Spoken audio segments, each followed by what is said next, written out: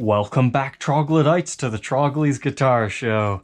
Hey, I've got my GoPro back. My last one was overheating. We'll see if this one does the same thing or not. But hey, I've got a guitar to unbox today. I love seeing this, guys. A nice large box that seems to have been packed really well.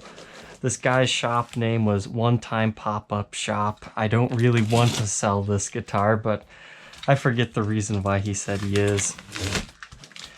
So you can always tell when somebody really cares about their guitar depending on how they pack it. And this guy took the time to source a nice double-walled box. He had these large air pockets and bubble wrap completely surrounding the case here. It was actually kind of hard to get it out, so I had to lay it on the floor like this and pull it out sideways. Sometimes it's a little bit difficult to get stuff off if you wrap the case around. I personally don't find that it's beneficial to wrap the case itself. I think it's better just to put all the materials within the box. It makes it a little bit easier to unwrap at the end, but definitely a very nice pack job. All right, I'm looking forward to opening this one. It appears one of our latches is broken. I don't remember if he said it was or not. I think he did, but at least you have the latch. And that's the one thing that everybody always fears about these Gen 2 and 1 chainsaw cases, is that your latch is gonna break. But that is kind of the cool thing. Even if it does break, you can still use it. It still kind of holds it in place, because look, all these other ones are open, but it still locks. Like, I cannot actually open this case. So that's something to keep in mind. It just comes off. Hey, I see somebody read the reverb guide of how to ship instruments.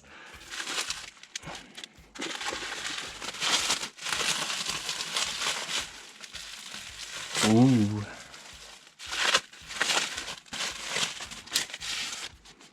Man, this thing's nice, guys.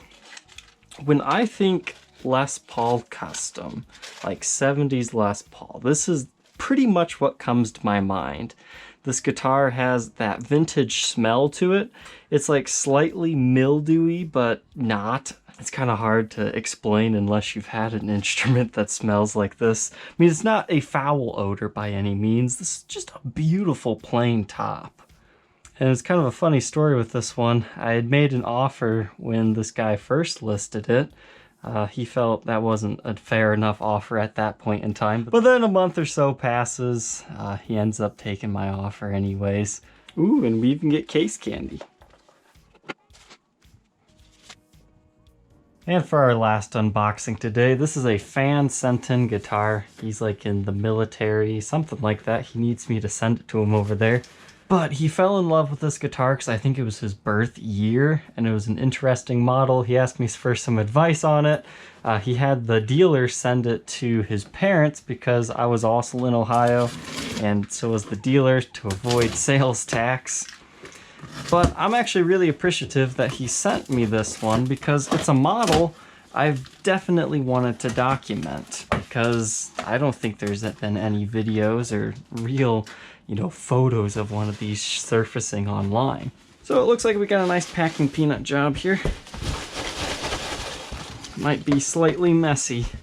I definitely kind of had a struggle getting this one out. I think it was like a good 5-minute battle here without just getting all these peanuts everywhere. In the end, yeah, we only had minimal casualties, but I got it out. We've got a Gen 3 chainsaw case, so you know it's something pretty good. Oh wow, they definitely did a nice job packing that in here. Can't quite tell what it is yet. Oh, is it a Les Paul Deluxe? What's that? Oh man, thank you for sending this to me. Because he's not even selling it or anything, he just bought it, as I said. He just wanted me to review this model because there's not a lot of information out here on this. I've talked about these before. This is called the XR2. XR standing for extended range due to the extra tonal capabilities of these instruments. He said his parents watched my video of how to pack their guitar, so they definitely lined it kind of how I do. And they even took off the toggle switch tip and the bottom strap button.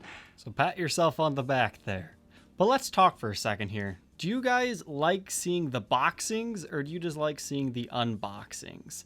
Because up until this point, I've been filming every guitar that I also pack, and while yes, I can see how some people might enjoy the time lapse, with the camera being strapped to my head, it can kind of get dizzying at times.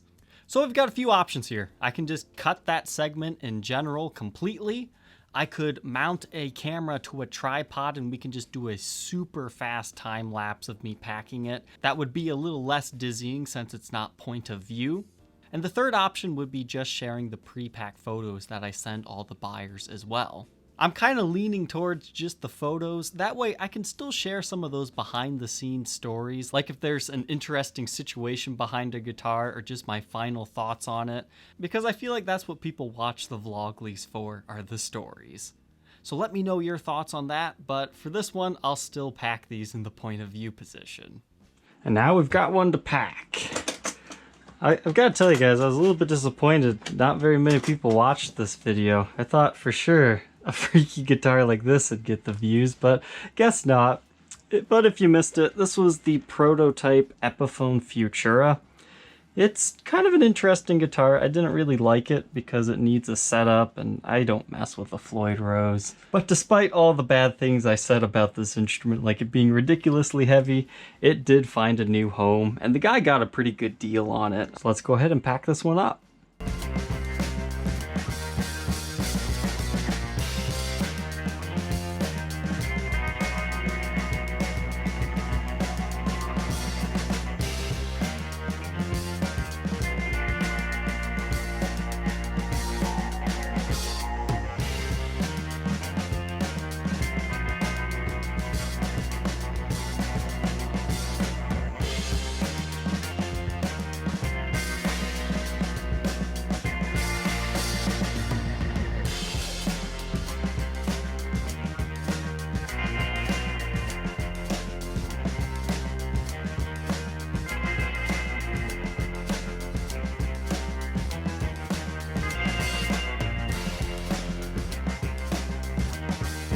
That's a heavy guitar package. 36 pounds. A lot of that's from the heavy case, then the heavy guitar. This thing's double boxed. I told the guy it'd be about 35 pounds and I was right. Alright, what is our next guitar to pack up? This one didn't take too long to sell. It's the Roseburst SG Goddess. A little bit more backstory to this one. I actually got this from a guy in Italy. This was sold to me as excellent condition, which, you know, it might look okay now after I've polished and cleaned it, but once you get into the nitty-gritty of these details, I mean, this is good at best. That just shows you how different people grade things.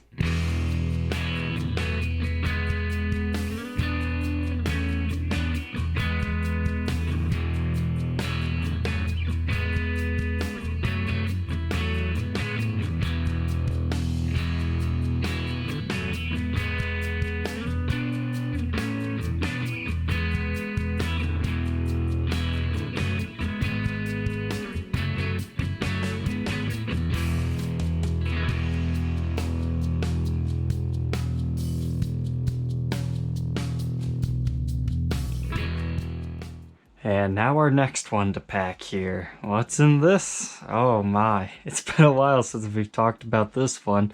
It took me 6 months to find a good home for this. So the story behind this one is it kind of showed up in way worse shape than it was advertised as. And you know me, I'm always pretty honest when I do my stuff. I don't ever purposefully leave anything out, so I mean, I advertised it to the best of my abilities. It's very worn, it's not even working at this point, it needs rewired up, the pickups were messed with. You've got the fretboard. I'm still not sure if it's lifting or not, but you definitely have this chipping off the side. It's kind of a cool project for a rare model. I mean, you've got this mirrored pickguard top and the mirror inlays. So hopefully this will be a fun project for the new owner.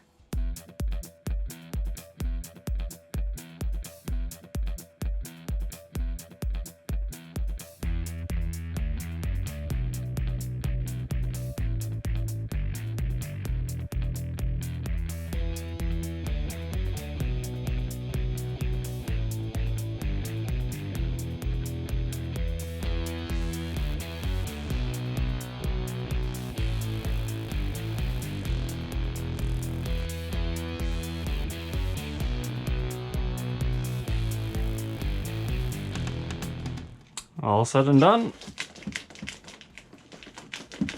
I'd say it's packed pretty well. You can hear the handle moving around a bit. Our next guitar to pack here kind of has a fun story to it. Sometimes people will message me like before I list a guitar for sale and ask me about it. And this is one of those where I quoted them a price that ended up being way less than I ended up wanting to sell it for. Because when I first got this Buckethead guitar, I love these things, by the way, just in case you don't know. It was absolutely filthy. It was looking really worn, but once I took the time to clean it up and give it some love, I thought it kind of came back to its normal look. I mean, obviously this thing's been heavily gigged. It didn't get its own separate video just because I've kind of way heavily covered the Buckethead topic, and this one's got finish checking all over the neck. It's strictly in the finish though. It just looks terrible in photos, but as soon as you start playing it, it's easy to play and it feels great. But I ended up honoring the original price for this one, so he got a great deal, and I kind of already regret selling this one. I'll have to find some more to buy.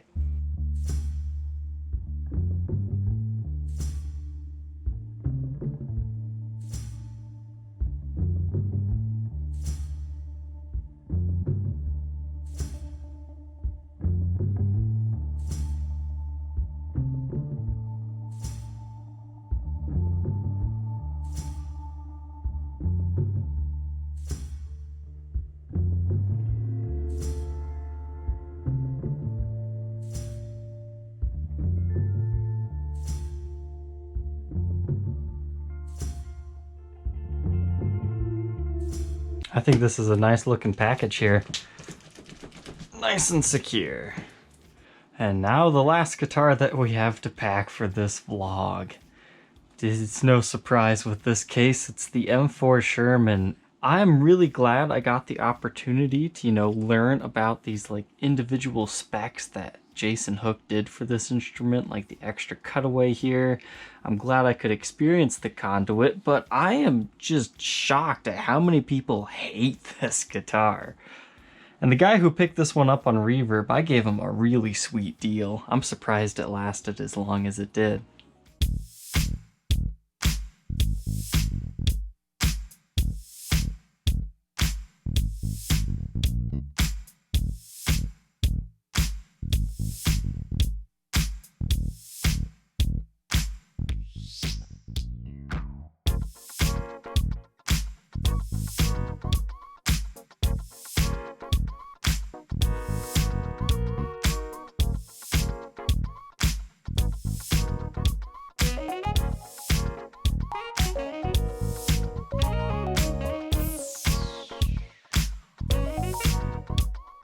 This guy will get a good chuckle opening this box. Once again, we got that floppy handle, but the guitar is perfectly secure. I hope you enjoyed this episode of Trogly's Vlogly, where we packed some guitars and unboxed a few as well. Alright, thank you Troglodytes for watching. Don't forget to like, comment, and subscribe, and we will see you tomorrow on the next episode. Take care.